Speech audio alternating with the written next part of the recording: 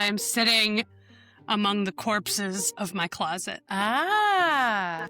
I'm inside. I'm currently coming to you from my closet where things have happened. Many things have occurred, and these are all fallen soldiers. From the purge. From the purge. My goodness. Okay. Which has officially occurred this morning. So Excellent. Well, we should back up just a second. So, yes. Hi, everyone. It's so great to have you here. Yes. And I have to apologize. I'm wearing ganky old, look at these wired AirPods because my headphones died. They're charging, so I'm sorry. So apologies for my lack of professionalism this morning. It's okay. I'm literally recording inside of my closet. Well, but for good reason, because you had a phenomenal discussion with Dr. Shauna Swan from the Plastic Detox a couple weeks ago. Sure did. And tell everyone what that has inspired you to do. So I wanted to detox my own life of plastic, not just for my own health, because I was very convinced by the research in that documentary about endocrine disrupting chemicals in plastics from the plasticizers, phthalates, and BPAs, but also because I was like, these individual stories shine light on something much bigger, which is the systemic problem of plastic waste, which is how we as a society put all of the costs of staying healthy on to individuals. And how much does that actually cost us in time, in dollars, and in perhaps other unexpected ways?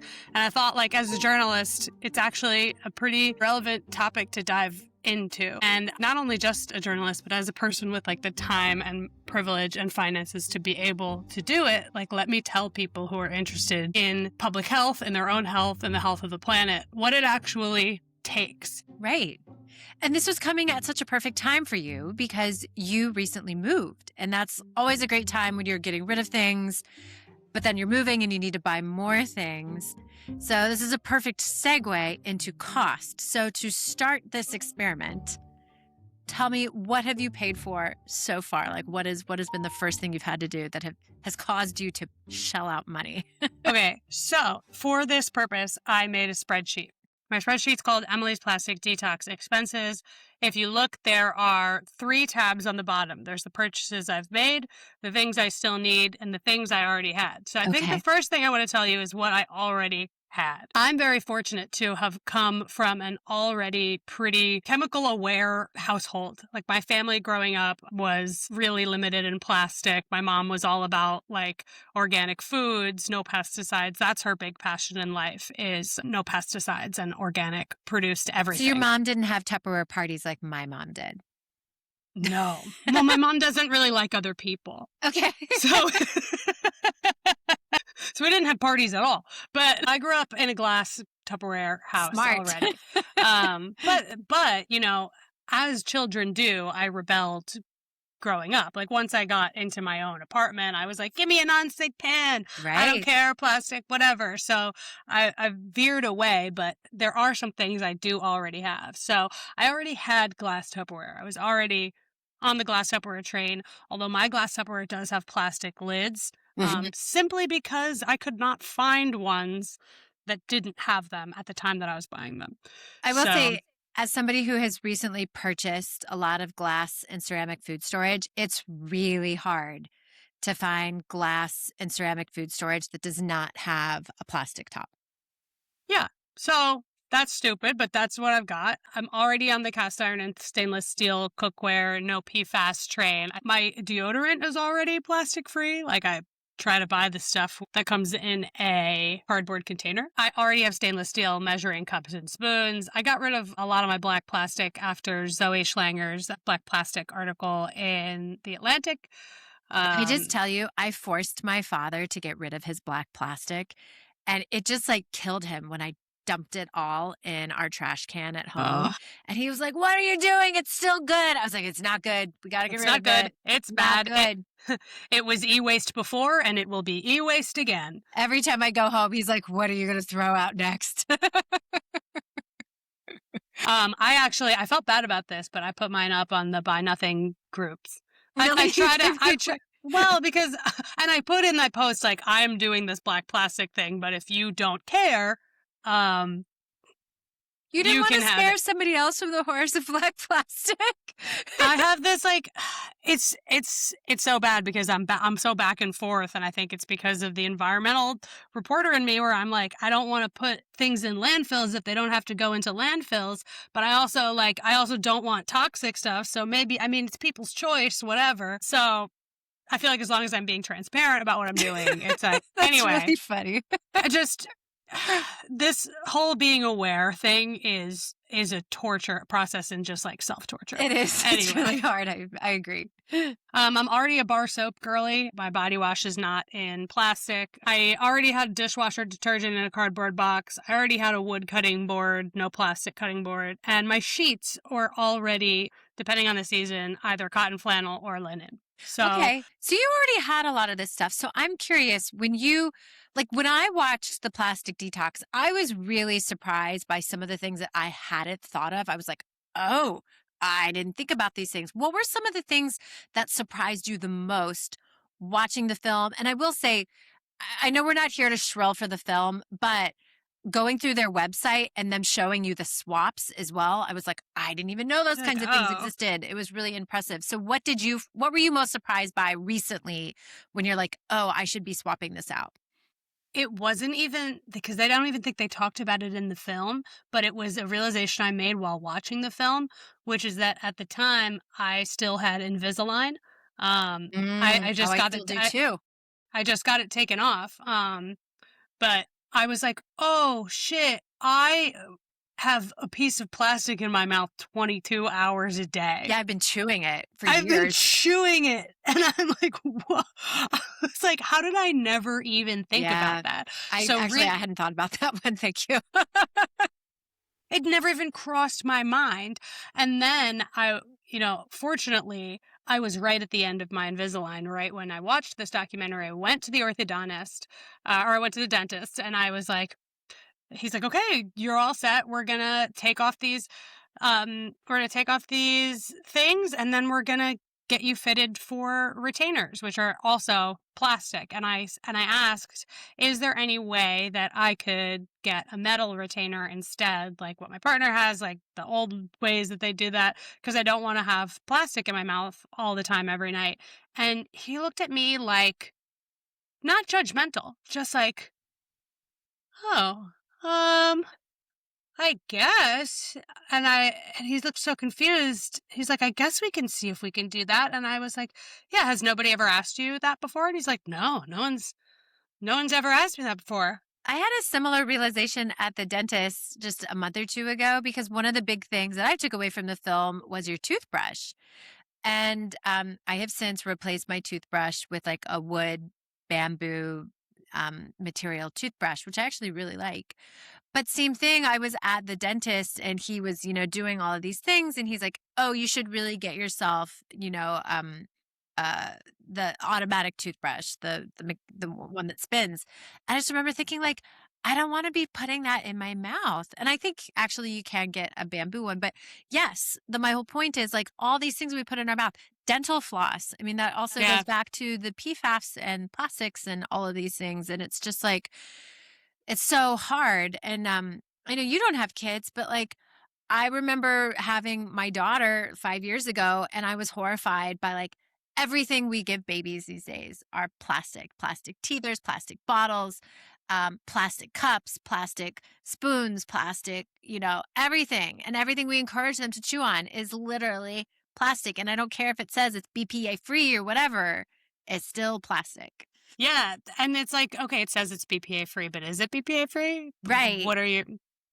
So, so I already had all those things, and those things are pretty expensive things. Like glass Tupperware is going to run you at least $100 for a set. And cast iron and stainless steel cookware, that's in the 3 digits at least, right? Unless But to you be can find fair, something else. these are things that you should have for an extremely long time. Like you should have Right. that cast iron skillet till you die. frankly. Yeah, I know. I've had all this stuff for a really long time, but I'm just saying if you're making this detox, it's a really big upfront expense, right? And then the sheets are hundreds of dollars. I got my sheet years and years ago, and I remember them being like $300.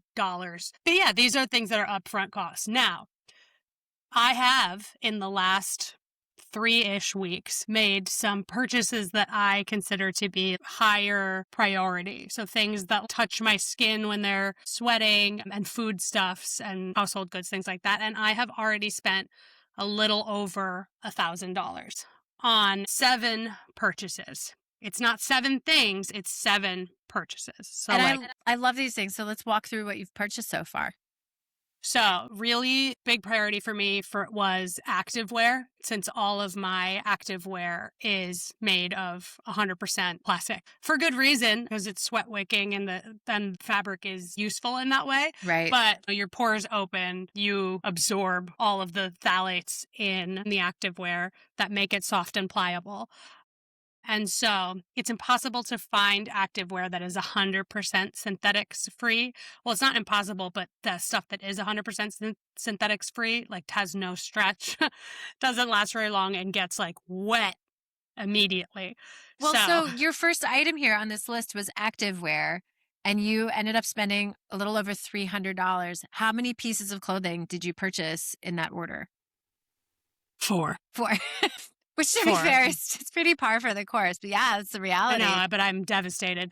Yeah, well, I had nothing. So, and I'm like, you know this. I am a big runner. I just ran the Nashville Half Marathon. I'm trying to go back to CrossFit this month. So, it's like I need stuff that I can actually sweat in. So I found stuff from this place, Mate the Label, that is 92% organic cotton, 8% spandex. From all of the extensive Redditing I've done, I think it's going to be good. Good. So has it arrived yet? No, not yet. Okay. We'll do product reviews later. Yeah, totally. The other thing I did was underwear. Yeah, super important. Yeah, not to be gross, but that's a place on your body that absorbs a lot of stuff. So, oh my God, I'm seeing the total of this underwear purchase. It's so fucked up, honestly. It's so fucked up that it cost me $30 to get one pair of cotton underwear, like unbleached cotton underwear that's not bunchy granny panties, right? Because that's what I was looking for. I was like, I need underwear that I will actually put on and wear. So you got three pairs of underwear and 2 bras for $127. Yeah, kill me. Yeah, I did. And even that stuff. So that one is I got 2 underwear orders. One is from Pact, and this underwear from Pact is also not even 100% organic cotton. It's 95% organic cotton and 5% elastane. And then I was able to find some undyed cotton underwear from this place, Autobody. Oh, yeah, that's the next line. So 100% actually, cotton. You spent closer to like $190 on underwear and bras. Yeah. Yeah. And you know what I have now? 5 pairs of underwear and 2 bras. But hey, you can rinse them out in the sink, man, and hang dry those babies and you'll be ready to go. Like, what the actual fuck? Anyway, we'll get to how fucked up it is that this is how much it costs when because all my underwear is, it's made of synthetics. So that sucks. Anyway. What is this insane water kettle for $156 you bought? What's that? That is because my partner and I both make a lot of tea in an electric kettle, and we realized that our electric kettle was made almost entirely of plastic. Oh, okay. So this is like one that you can plug in on the countertop and it'll heat up. You don't have to like put a kettle on the stove kind of thing. No. And we have a stainless steel kettle that we put on the stove, but we have a gas stove, not our choice. Yeah, same. So, you stand in front of that and you're just breathing in methane. Everything is poison, right? Which is so cool. And I love it. I love being alive. So, yeah, this was the only kettle I could find that was 100% plastic free. Only stainless steel. And it was $156. Now, I don't know. There might be listeners that are like, I found this kettle that is way less. And to that I say, great. I already bought this one. And I looked all around, and my priority for this was I need stuff that if I can get it 100% plastic free, I will get it. But for stuff like activewear, you can't really get functional activewear that doesn't have a little bit in it. And if people who are listening say, yes, you can, and it's really good, let me know. I could use more than 2 sports bras, right? Like, but that's what I'm going to have for now. After I ran the Nashville half marathon, I realized my feet were fucked up. And I realized that I didn't have any slip-ons that weren't 100% plastic. So I went to the Birkenstock store because I was like, oh, Birkenstocks, they're made of leather, right? Cork, right? Leather and cork, right? So I go to the Birkenstock store. I talk to the guy. I'm like, I'm looking for shoes that, no synthetics touching my feet. He's like, oh yeah, like all this stuff is either leather or suede and cork. And then like the bottoms are plastic, but that doesn't touch your feet. I'm like, great. I spent $158, including tax, on Birkenstocks. I love them. They're so amazing. I get home. I'm starting to make this spreadsheet, and I go to find the specific shoe that I bought to link to, and I notice that it says that the straps are made of something called Birkafloor. Oh, is this like a proprietary Birkenstock material? Oh no. Yeah. What is it? It's fucking PVC. Oh, you're kidding me. Yep. Whoa. As somebody who owns and buys a lot of Birkenstocks, this is very upsetting to hear. And maybe yours Birkenstocks are not made of, the straps are not made of Birkafloor, but mine are. And so I realized this literally today as I was. So you have to return them. Well, and I already. Oh, have you worn them? I've worn them a bunch, and I wore them right after. So they're now like molded to your feet. They're not only molded to my feet, like my feet were in bad shape after the half. Like they were kind of bleeding a little bit. So there's blood on my Birkenstocks is what I'm trying to say. And blood so on they're the not going to take them. Blood on the Birken floor. But this is just like another piece of evidence of how difficult it is to actually achieve low plastic lifestyle, is that you will go out of your way to go get something that is non-synthetic, and you'll be told it's non-synthetic, and then you'll get home and you'll do a little Google and you'll be like, oh, great, I spent $150 on PVC. Which is crazy. I'm so sorry. That's really disappointing. Okay, so you've spent a little over $1,000, mostly on clothes, like clothes and undergarments. Mostly on clothes. The other 2 things that are in here are just like a $100 order for like basic household goods, like laundry powder, glass straws, dish soap bar, wood cooking utensils, wool dryer balls, cleaning brush, because sponges are made of plastic. Yep. I have a couple bamboo spongy things for like my kitchen and stuff. Yeah. And then the other thing that I got was, again, I was like trying to prioritize high impact things. So things that I'm like touching all the time. Mm-hmm. And one is my phone. I'm touching my phone all of the case. Time. Right. Yeah. Yeah. That's interesting. Case is made of plastic. It's always like against my head. It's always in my hand. So there are a bunch of different options. I decided to go with wood because nice. I did a bunch of Redditing.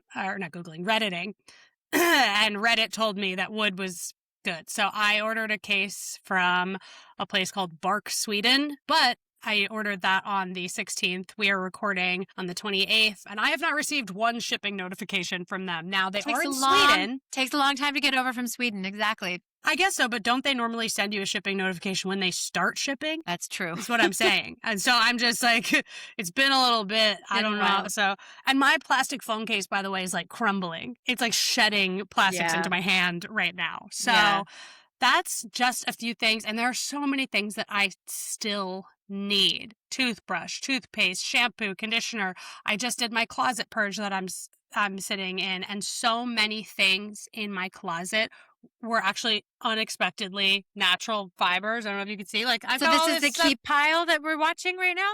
That's what you're keeping. What I'm showing you is like a number of things that I can keep. And here's the thing. I'm not throwing away all my synthetic clothing. Fortunately, my partner and I just bought a house, and there are extra bedrooms in the house that we use for our offices, and there are closets in them. So I'm just going to put my synthetic clothing in to the side. Because most of the time I'm wearing, it doesn't matter what I'm wearing. I'm in the house. I'm working from home. I'm going to the gym. I'm walking around. It's like, so I'm just I'm putting my main closet. See what a luxury it is. My main closet. I'm just sitting in Primary my plastic-free primary closet. plastic free closet. So a lot of things, surprisingly. Jeans. I had this jumpsuit I'm wearing is 100% cotton. It's great. T-shirts, all great. For some reason, every single one of my pair of sweatpants and every single one of my sweatshirts is Has at lycra least in it or 50% spandex. polyester. Yeah. And I'm keeping things that have like, 5%. If they're 95% cotton, 5% spandex, fine. Like Yeah. I can't be pure. If I do it, I won't have any clothes. So I still need sweatpants, sweatshirts. I still need socks. All my socks are synthetic. And then I have all these things with question marks on them, which are like makeup. Do I have to stop wearing makeup? Hairspray? Do I have to stop wearing hairspray? Floss? I guess I need to get like an actual floss. So there are like all these other things, which is just telling me so far that this is going to be a multi four-figure Yeah. transition for me. And I'm somebody who already has a lot of these things. Well, let's back up. So you've been going through this process for over a month now, but let's talk about how we're going to figure out whether or not this detox works for you. So how are we going to know whether or not making all these swaps actually is making an impact on your personal health? So that's another reason that I'm doing this in a journalistic way is that I'm like, okay, most people, they're going to spend a bunch of money on making the swaps, but then are they going to spend a bunch of money also on a test to see if it actually works? Probably not. So I decided to use the company recommended by Shauna Swan and the Plastic Detox called Million Marker to do a urine test, 2 urine tests. 2. Okay. Yes, I already sent in my pre-detox sample, and it will be at most 8 weeks before I get the results back. Okay. And that'll show levels of phthalates and BPAs, I think parabens as well, in my urine. It does. Yeah. It's like a bunch of different BPs. Yeah. Bunch of different BPs, and we'll go over that later, what those are. You're right. Phthalates, parabens, and oxybenzone. Yeah. Right. So we'll see that, and I'll do one in however many weeks they say. So if you look on the Million Marker website, there's a bunch of options for different urine tests that you can get. So it's $400 for one test. I think you get like a little discount if you get 2. It's $700 or $600 for two tests, and then you can get what I got, which is the most information possible. That's their fertility package, which is $1,000. So I've already spent another $1,000 Wow. on this fertility package. That's 2 tests and then an entire personalized recommendation. So wait, for this fertility test, is it just you that you're testing, or are you and your partner doing this? It's just me.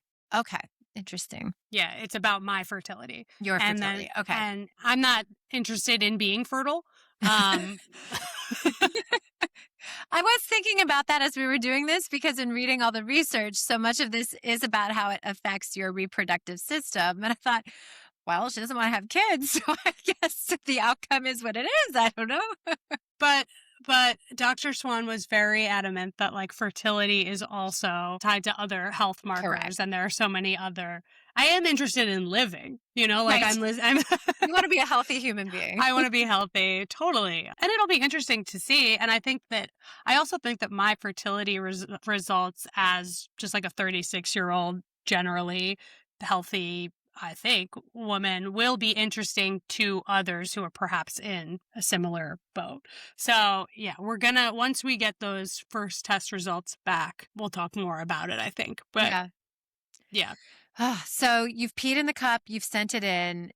And then I guess, when is the next time you plan to test yourself? I guess, how much time are you going to give yourself to undergo this detox and then check to see if anything's changed? I assume it's going to be at least 60 days. Okay. But I will see what the doctors from Million Marker recommend for me, because I do want to give it the best shot possible to actually make a change. Yeah. Well, and I guess that leads me to my next question. I mean, you've already invested a lot of time and energy and resources into this. Do you feel like this is going to be sustainable for you? Well, I think so because I think a lot of things are because a lot of things are just product swaps in my house. Okay. And that seems fine to me. I mean, the kitchen product swaps I've already done have been pretty sustainable. I think the activewear stuff is going to be a big a big thing. I think what's going to be the least sustainable is the stuff where you have to interact with the outside world. Like within my home, I can control things. Outside of your home, it's very difficult It to. is. Like the number of times I used to carry around stainless steel cutlery with me, and then that got grabbed at the airport because you can't go through TSA with a With a knife. knife. Yeah. So then I switched to bamboo. And I'll just admit, like, a bamboo knife doesn't cut it literally Couldn't do very it. well. But yeah, I mean, all of these things that you have to do, like, I also carry around a stainless steel straw and, my stainless steel water bottle and all these things you have to do. And it gets to be really exhaustive. But you feel like this is what you have to do because the number of times you get takeout food and they're putting it in plastic or they're giving you that plastic cutlery. And I'm just like, no, I don't want this. Please stop handing this out. Yeah, it's just a lot. It's a lot for any one person. Yeah, so we'll see. I mean, my goal is not to be perfect. It's just to try my best, and then also try to shine some light on how fucked up it is and how hard you have to try for a baseline of not being poisoned, Yeah. right? Well, I'm really excited to see, first of all, what your baseline levels were because you already were semi conscious about your exposure. And then, most importantly, see where you go after you've done all of this. Yeah. The more I even do it now, like the more money that I spend, the fact that I've had to spend so much time and money just making a couple of replacements is, I think, something that will feed my growing anger and resentment at how fucked up it is that petrochemicals are so subsidized by our governments to be artificially cheap, right? Because I think what keeps getting reinforced to me as I do this is that plastics and petrochemicals are not the cheapest option because they are actually the cheapest. They are the cheapest option because their real costs are externalized onto us in the form of how they affect our environment, our health, and then us having to pay for those damages. Well, and it's interesting to your point, even the plastics industry, they are given insane subsidies, like $45 billion annually. They are given subsidies to prop up their business. And it's fascinating because right now, with the conflict in the Strait of Hormuz and we're seeing energy prices go up, I've been following a very interesting storyline that actually the cost of resin, the baseline product to make plastics, has gone up something like 30 cents. It's actually really, really considerably a lot. And so the argument that, well, plastic is so cheap, it's so cheap, and virgin plastics are cheaper than recycled plastics, even that argument is starting to change. And it'll be fascinating to see if will that be enough of an impetus to make different companies reconsider their packaging. I do unfortunately think it comes back to consumers demanding different things. We had done a story about a year ago looking at Starbucks and its plastic cups, and I went to the Starbucks headquarters to like their R&D lab, and they were exploring all these interesting different types of materials to put beverages in, from like different types of compostable organic products that weren't plastic. And of course, the frustration is, consumers like the way plastic feels. And so making that change, how will consumers react to that? All of these things have to go into these changes and then they have to be tested. And then, if it costs more, then you pass that on to the consumer. And already we're paying like $7 for a coffee, which is insane. But yeah, it's a really, really big issue. But I think it comes back to it is something that we as consumers have to demand and request. And unfortunately, we do end up having to pay for it. And even with these extended producer laws that we're starting to see, asking, companies to be reconsidering what they're creating and how they're creating it, we're seeing pushback on that because they want to pass those costs back onto the consumer. And this is an attempt to try to get the manufacturers to assume some of those costs. So it's so complicated and really frustrating. The question about how to fix it too is also really frustrating because, yeah, you're right. There are some policies in other places that change how the system works, like the extended producer Mhm. responsibility, which How would you define that? I feel that's like It's when basically like asking the companies that make packaging to I think all the different laws vary, but it's asking producers of packaging to make those packages differently so that they can be properly processed and thrown away and not create more trash, more hazards, more problems for public health. yeah, and I think it's my understanding too that I think some of these extended producer responsibility laws also force companies to pay for the full life cycle of their product. It's not just for the actual cost of making the product. You have to include the cost of the waste stream and the disposal. So these laws force companies to pay for some of these things that would otherwise be externalized onto us, which is great. You know, we could absolutely advocate for those here. But yeah, I think that you're totally right. It's at this point, so much of it is consumer demand. But I think it is worth asking, like, what would it look like if we were able to price materials actually accurately with how much they actually cost our health? What would it look like if the default options were the safer ones? Like, wouldn't that be awesome? I also get very frustrated that sometimes these arguments like no more plastic bags, paper straws, these turn into culture war issues, which are really irritating in my opinion, because you go overseas to other countries where some of these policies have been passed. Like, for example, my family and I travel to Australia a lot because that's where my husband's family lives and is from. And I walk into a McDonald's there, and not only are all the cups paper, but all of the utensils are bamboo, and all of the straws are paper, and all of the takeaway containers are organic paper based containers. And so the point is, you can do this on a very large scale. And people are not losing their minds, Yeah. throwing a hissy fit over the fact that, they're eating their McFlurry with a bamboo spoon. Like, Yeah. it People are tasted fine. You can tasted do it. just as good. No, honestly, one of the more unexpected parts of this whole process of like trying to be on a plastic detox is the social cost. Like, Right. obviously, it takes me a lot of time and money to try to make replacements, but there's also this you have to be willing to constantly be the most annoying person in your group of people. It takes this level of social resilience to be kind of annoying, particularly when you're traveling. Like, not to keep bringing up my half marathon, but I just ran the Nashville Rock and Roll Half Marathon, and we did it with a big group of people. And we didn't just, and of course the sports culture is all plastic culture.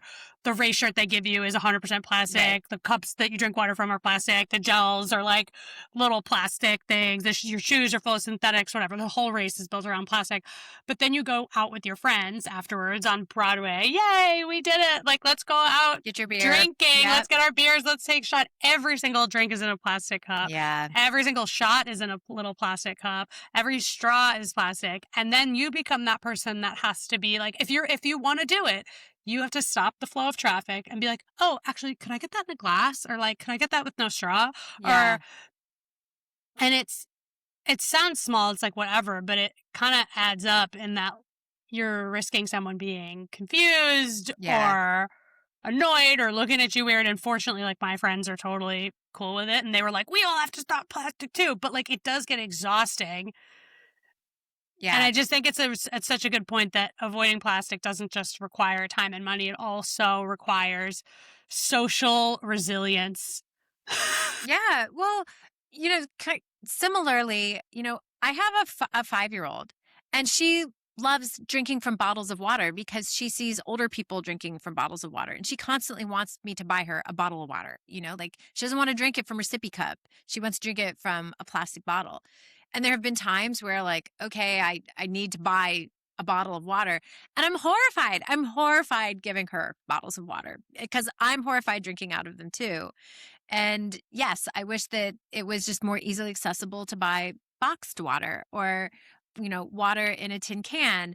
I think the other thing I was really shocked about with that plastic detox movie was realizing that even inside aluminum cans, there's a plastic lining. Like, I was horrified and really upset about that. Because again, it's like, what am I supposed to do when plastic touches everything. And so it does feel like an uphill battle. But And nobody knows that about cans too.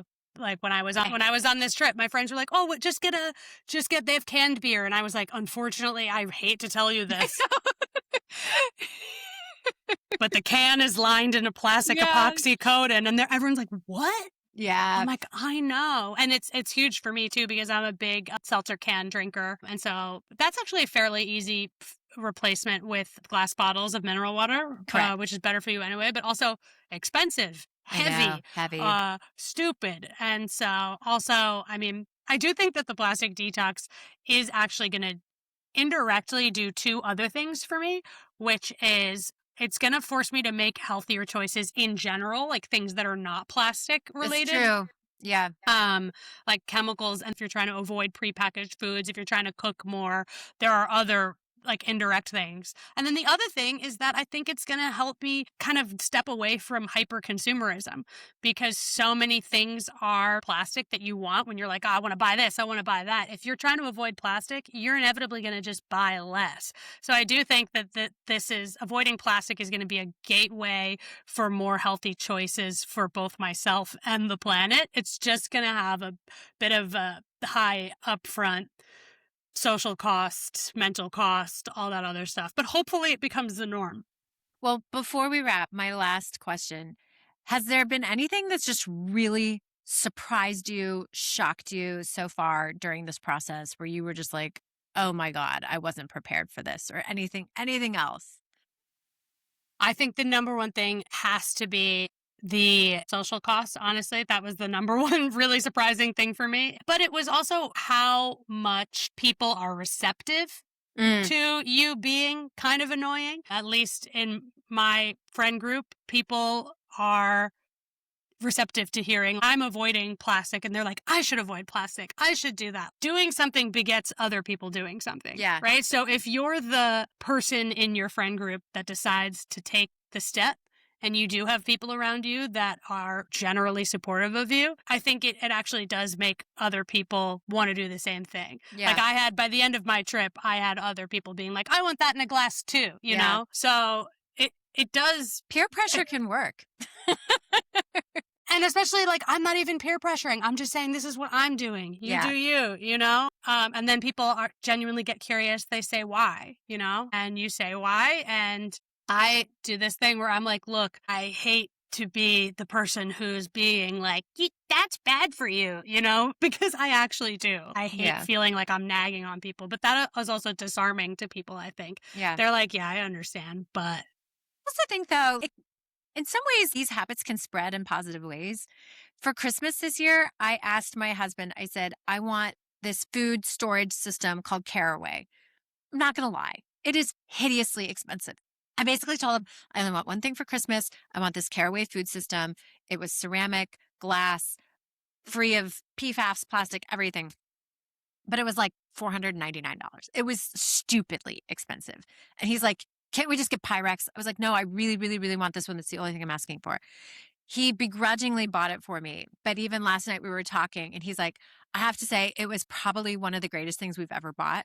Not only because it like got rid of that horrible drawer in our kitchen where like, you know, the Tupperware and plastics would fall out and it's like really nicely organized. But like he also too has now realized how much we were heating things up in plastic. He's like, I'm so glad we have these containers. It helps, but it's insane, you know, like what we spent on it. That's incredible. And also, oh my God, that's another unexpected thing is that if you switch to glass or other containers, you don't have the horrible plastic Tupperware drawer anymore. Yeah, that like vomits all of the containers and none of the lids fit. Yep, I'm done with that. My Tupperware cabinet is like super well organized and it's not even hard. It's crazy. Oh, yeah, I love that. But yeah, I think this whole conversation so far has really just been reinforcing into me the answer to this cannot simply be that consumers have to make better choices. It has to be, why are the harmful materials the default in the first place? And I hope that this conversation keeps reinforcing that question in all of our minds. Totally. So we're going to check back in with you in a couple of weeks, hopefully when you get your results back, and we will follow up with everyone about what your baseline said and update everyone on how the detox is going. Yeah, I think it's going to be horrifying. I'm really excited for that. Cool. All right. Well, if anyone has questions, obviously you should totally message us and let us know if you have questions about your swaps. And anything else, Emily? Anything else we're forgetting? Yeah, I think at the bottom of this episode, or in the show notes and in the post, I'm going to put a bunch of recent news about the plastics industry and about like different laws that are working, not working. So people can also have some information on like some of the systemic issues behind this experience that I'm having. Can't wait.